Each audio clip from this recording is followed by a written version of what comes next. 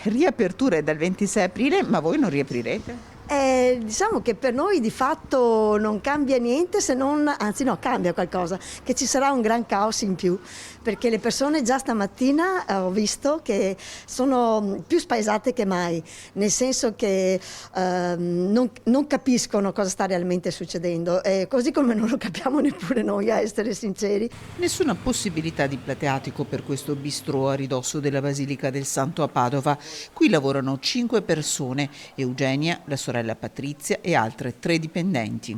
È una finta riapertura, è un contentino che in realtà lascia anche molto amaro in bocca, perché dà la sensazione di qualcosa fatto per metterci a tacere più che per darci la reale possibilità di lavorare, e quindi disturba proprio sotto ogni punto di vista, perché non risolve alcun problema.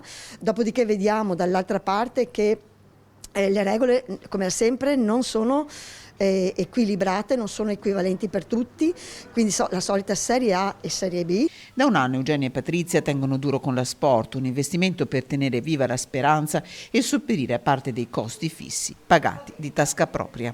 Ascolti, quando ha sentito la conferenza stampa di Draghi, a lei cosa è venuto in mente? Dove posso mettere dei tavolini fuori? E certo che sì, però il problema è che nella posizione in cui mi trovo io, ad esempio, l'unico posto pubblico a cui potrei attingere è la strada, e non mi pare carino invitare i miei clienti in mezzo alla strada, oltre al fatto, adesso, al di là delle battute.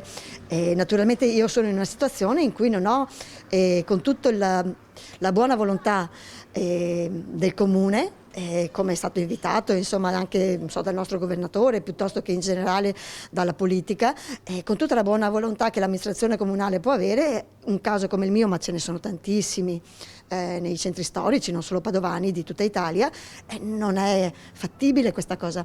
Quindi io sono di quelli che rimarrà al palo, per esempio, ma ripeto, nei centri storici italiani saremo in tanti a rimanere al palo. Si sta creando una situazione, secondo me, molto molto difficile, quasi pericolosa, voglio dire.